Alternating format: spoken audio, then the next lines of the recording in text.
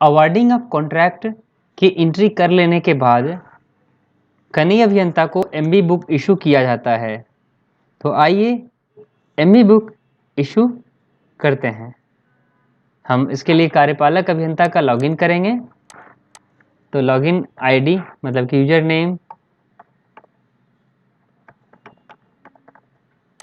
और पासवर्ड की एंट्री की और कैप्चा की एंट्री हमने सिस्टम में किया और उसके बाद में एम्प्लॉय मॉड्यूल के अंतर्गत एम्प्लॉय डिटेल्स में जाइए और पर्सनल डिटेल्स में जाइए और देख लीजिए कि संबंधित कनीय अभियंता के जिनको एमबी बुक अर्थात मेजरमेंट बुक या मापन पुस्तिका इशू किया जाना है उनका नाम यहाँ पर उपलब्ध है या नहीं है। यदि नाम उपलब्ध नहीं है तो पर्सनल डिटेल में पहले ऐड बटन पर क्लिक करेंगे और जो भी फील्ड्स दिख रहे हैं उसकी एंट्री करेंगे। एम्प्लॉय नंबर एक पूर्व निर्धारित प्रारूप में सिस्टम के द्वारा ऑटोमेटिकली जनरेट होता है, अतः इसे एंट्री करने की आवश्यकता नहीं है। फिर टाइटल की एंट्री आप वामिस में करेंगे कि जो संबंधित कनीय अभियंता का जो भी टाइटल है उसकी आप वामिस में एंट्री करते हैं। फिर फर्स्ट नेम एंट्री करते हैं।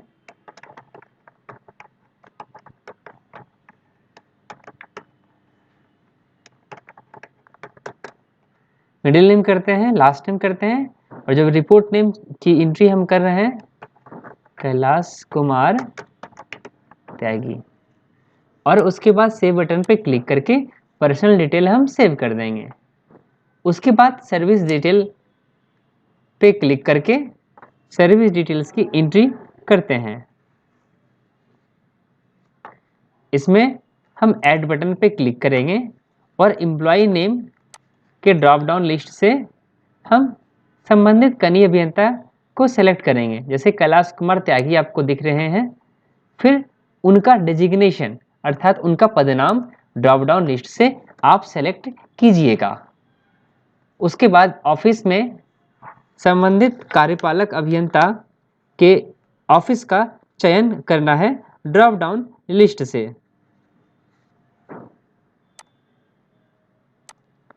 पीरियड फ्रॉम में पहले मंथ का फील्ड है, इसमें किस महीने में कनीय अभियंता ने कार्यालय ज्वाइन किया था और उस वर्ष का भी इसमें ड्रॉप डाउन लिस्ट में से सेलेक्ट करना है जिस वर्ष में उन्होंने ज्वाइन किया था। उसके बाद हम सेव बटन पे क्लिक करेंगे। एम्प्लॉय डिटेल्स के अंदर पर्सनल डिटेल और सर्विस डिटेल की एंट्री हो जाने के बाद अब हम होम बटन पे क्लिक करेंगे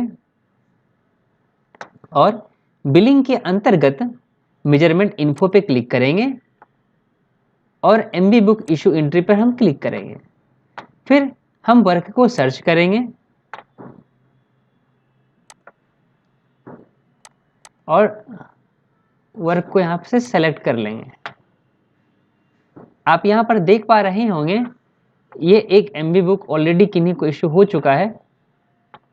आप यहाँ से यदि आगे कार्य में नहीं आया है ये तो इसका उपयोग करके हम आगे बढ़ेंगे, लेकिन यदि पर्टिकुलर कनीय अभियंता को यह एमबी बुक इशू करना है इससे पहले हम डिलीट कर देंगे और उन्हें एमबी बुक इशू करना है अभी जिनका डिटेल हमने क्रिएट किया कैलाश कुमार त्यागी मेजरमेंट बुक नंबर, ये जो आप देख पा रहे हैं एमबी बुक इशू डेट यहाँ से सिलेक्ट यहाँ से इंटर करेंगे। मेजरमेंट बुक नंबर पूर्व निर्धारित प्रारूप के हिसाब से ही सिस्टम के द्वारा जनरेट होता है, ठीक है।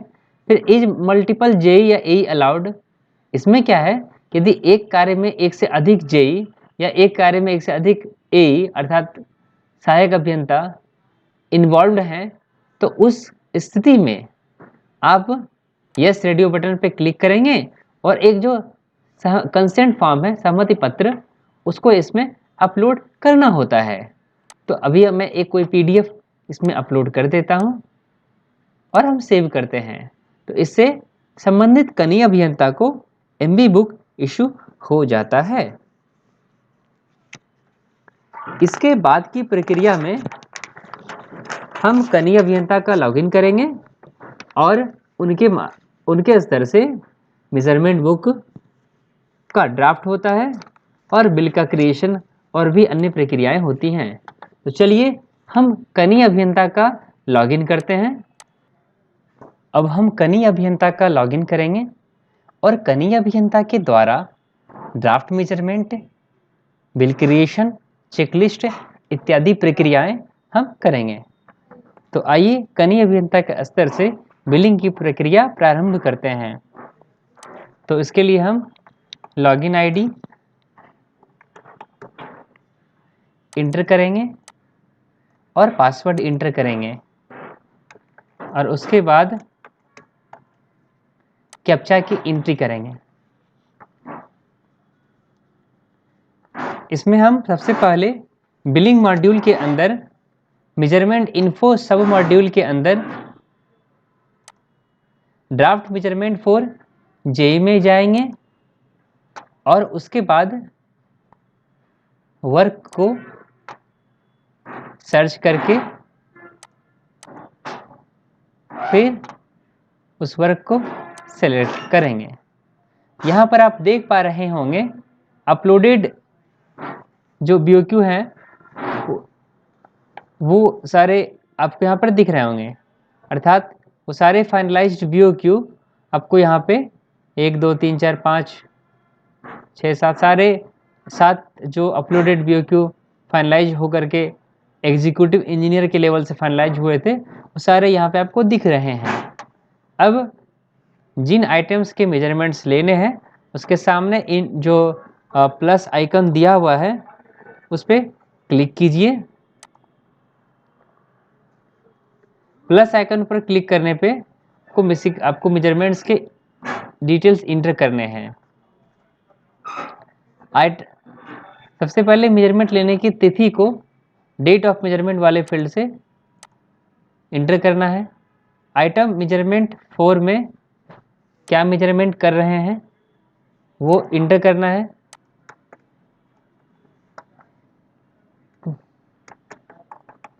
उसके बाद यदि मेजरमेंट थोड़ा टिपिकल है, इट मीन्स कोई जटिल फार्मूला का प्रयोग किया गया है, तो उसे टिपिकल चेकबॉक्स को सिलेक्ट करके उसमें एंट्री हम करेंगे।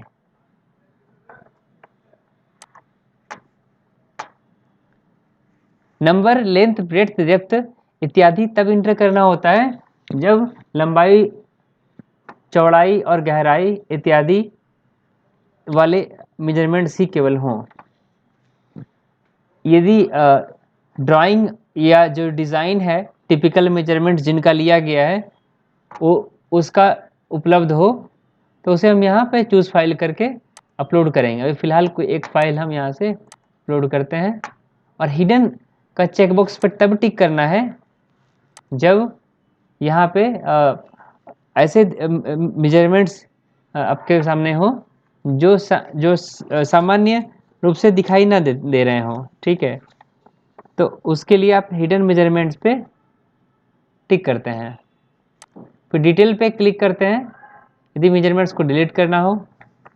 आप यहाँ पर देख पा रहे हैं कि एग्रीमेंट क्वांटिटी से एक्सीड कर रहा है यहाँ पे मेजरमेंट्स। वास्तव में चेक कर लें क्या इतना ही मेजरमेंट्स हुआ है। यदि इससे अधिक वास्तव में एग्जीक्यूट हुआ है तो उसके लिए डेविएशन अप्रूवल का फ्लो पूरा करना होता है।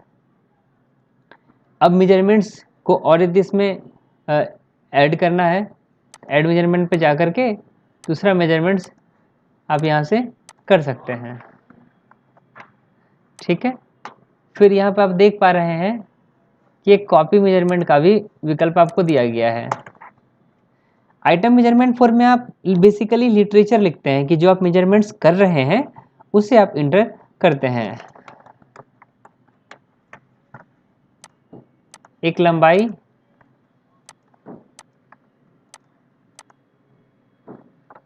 चौड़ाई और गहराई वाला भी एक मेजरमेंट ले लेते हैं। सेव बटन पे क्लिक करेंगे, रिटर्न टू आइटम सिलेक्शन पे क्लिक करके हम इसे सेव कर देंगे। फिर हम सेलेक्ट करेंगे मेजरमेंट्स को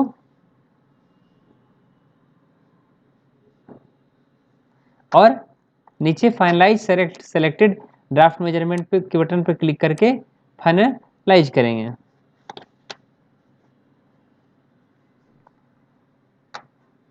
और उसके बाद में बिल इन्फो में जाएंगे और आरए बिल डिटेल्स पे जाना होगा। फिर आरए बिल डेट आपको डेट पिकर से लेना है। क्लेम टाइप इसमें से आपको सेलेक्ट करने हैं।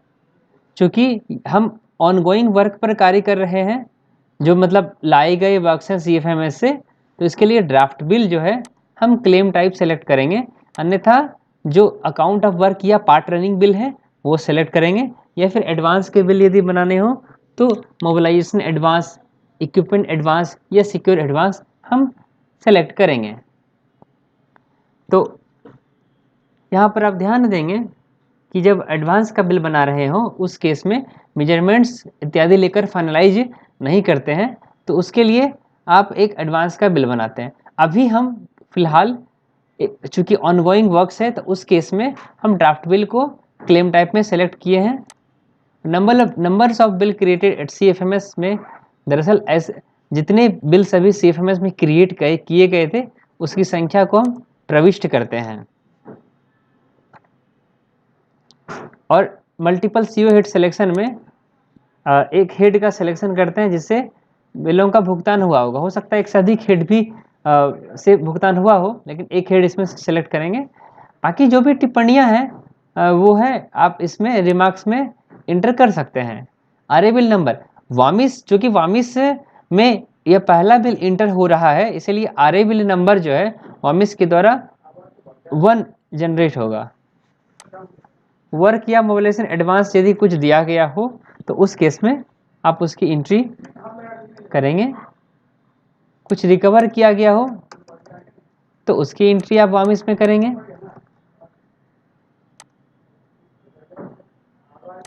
कुछ इक्विपमेंट एडवांस यदि दिया गया है तो उसकी एंट्री करेंगे आप।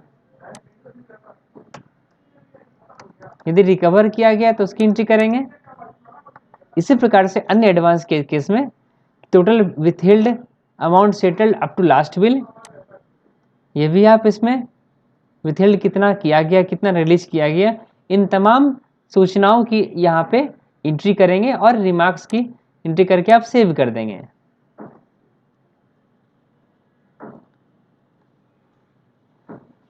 तो इसमें आप देखेंगे कि जब आप ड्राफ्ट बिल में मेजरमेंट्स की एंट्री कर रहे हैं तो आपको यह निश्चित रूप से यह सुनिश्चित करना होगा कि टोटल मेजरमेंट अमाउंट उनके मैनुअल अंतिम बिल अमाउंट के साथ मेल खाती हो और अग्रिम अमाउंट एवं CFMS की अप टू डेट अंतिम बिल अमाउंट इन अग्रिम अमाउंट विथहेल्ड के साथ मेल करती हो। यदि रॉयल्टी एप्लीकेबल है तो कोफिशिएंट डिटेल्स को आप फिल करें। रॉयल्टी कैलकुलेशन डिटेल्स में जा करके रॉयल्टी कैलकुलेशन की डिटेल्स को आप फिल करेंगे यदि एप्लीकेबल है तो। उसके बाद आप देखेंगे कि चेकलिस्ट फॉर जेई का एक विकल्प ऊपर में दिया गया है, चेकलिस्ट फॉर जेई। इसमें सेलेक्ट ऑल करेंगे और कंफर्म पे क्लिक करेंगे।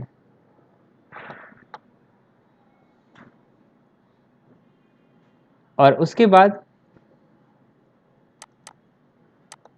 सेनोरेज डिटेल्स, यदि सेनोरेज डिटेल्स का यहाँ पर एक विकल्प है।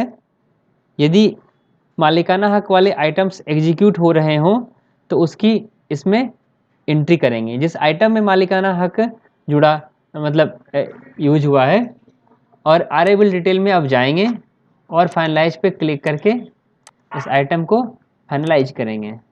लेकिन एक आपको संदेश ऊपर प्राप्त हुआ, please first finalise the measurements. अब यहाँ पर देख पा रहे हैं मेजरमेंट्स, जिन जिन आइटम्स को बिलिंग के लिए कंसीडर करना है उस पर क्लिक करके फाइनलाइज बटन पर क्लिक करेंगे। और यहाँ पे अब कुछ रॉयल्टी इंटर करना हो तो उसके लिए यहाँ पर जैसा अभी हम बता रहे थे कि SR type, chapter name, category name, SR type इत्यादि कोफिशिएंट डिटेल्स में कोफिशिएंट डिटेल्स की एंट्री करेंगे और सेव कर देंगे। यहाँ पर आप देख पा रहे हैं कि इसके आधार पे मटेरियल कोफिशिएंट डिटेल्स की एंट्री हो गई और सीनोरेज डिटेल्स यदि इसमें कुछ जैसे मालिकाना हक यदि कुछ लगा है तो उसके लिए हम यहाँ पे एंट्री करेंगे और सेव बटन पे क्लिक कर देंगे और अरे बिल डिटेल्स में जाएंगे, बिल आइटम्स पे क्लिक करके चेक कर सकते हैं कितने की बिल राशि है। फाइनलाइज बटन पे क्लिक करेंगे जो कि आप देख पा रहे हैं ताली के निशान के जैसा बना हुआ है। ओके बटन पे क्लिक कर देंगे जिससे आपको आरए बिल इज फाइनलाइज्ड का ऊपर एक मैसेज प्राप्त होगा। यदि कुछ दिक्कत आती तो आप कार्यपालक अभियंता के लॉगिन में जाते हैं और उसमें आपको मैं दिखाता हूं।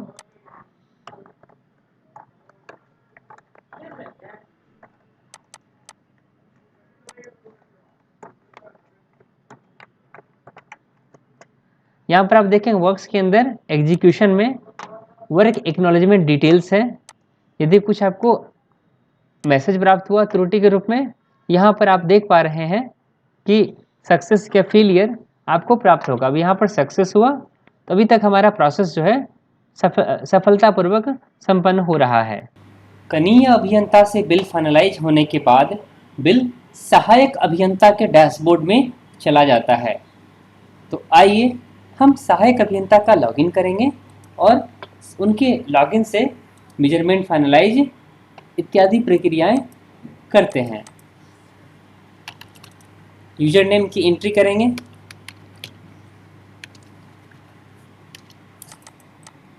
पासवर्ड की एंट्री और लॉगिन बटन पे क्लिक करेंगे। तो आप देख पा रहे होंगे कि सहायक अभियंता का डैशबोर्ड है जिसमें बिलिंग मॉड्यूल के अंदर मेजरमेंट इन्फो सब मॉड्यूल है जिस पे उस पर क्लिक करेंगे और मेजरमेंट बुक फॉर ए पे क्लिक करना है और यहाँ पर वर्क को सेलेक्ट करेंगे, सर्च पर क्लिक करेंगे और सिलेक्ट बटन पर हम क्लिक करेंगे। तो यहाँ पर आप देख पा रहे होंगे कि उनका डैशबोर्ड है। इस पर सेलेक्ट ऑल पे क्लिक किया, सेव बटन पे क्लिक करेंगे, ओके पे क्लिक करेंगे और यहाँ पर आप देख पा रहे होंगे सारे मेजरमेंट्स जिनके फाइनलाइज करना है उन्हें हम फाइनलाइज करेंगे। जिन्हें जिन्हें आपको बिल में कंसिडर करना है उसके लिए आपको ये कंसिडर फॉर बिल का यहाँ पर चेक बॉक्स दिया गया है। उसके बाद बिल इन्फो के अंतर्गत चेकलिस्ट फॉर ए, डेविएशन या extra item approval, price adjustment, MB record, bill details for a और बिल ट्रैकर, ये सारी चीज़ें बिल इन्फो के अंतर्गत आपको दिखाई पड़ेगी। तो बिल इन्फो के अंतर्गत अब हम चेकलिस्ट फॉर ए में जाएंगे। जिन हम एप्लीकेबल जो भी चेकलिस्ट हैं उनको सेलेक्ट करके कन्फर्म पर क्लिक करेंगे। उसके बाद बिल डिटेल्स फॉर ए में जाएंगे और यहाँ से हम फाइनलाइज पे क्लिक करके फाइनलाइज करेंगे। चूँकि हमने इसे ऑलरेडी चेक कर दिया था इसलिए यहाँ पर चेक का आपको चेक जो है चेक दे लिखा हुआ आपको दिखाई पड़ रहा है, अदरवाइज 100% चेक करना पड़ता है। तो यहाँ पर हमने इसे फाइनलाइज किया। यदि सुधार की आवश्यकता हो तो हम यहाँ पर सेंड बैक बटन पर क्लिक करके पुनः कनीय अभियंता के पास भेज सकते हैं। अब हम कार्यपालक अभियंता के पास डैशबोर्ड पे जाएंगे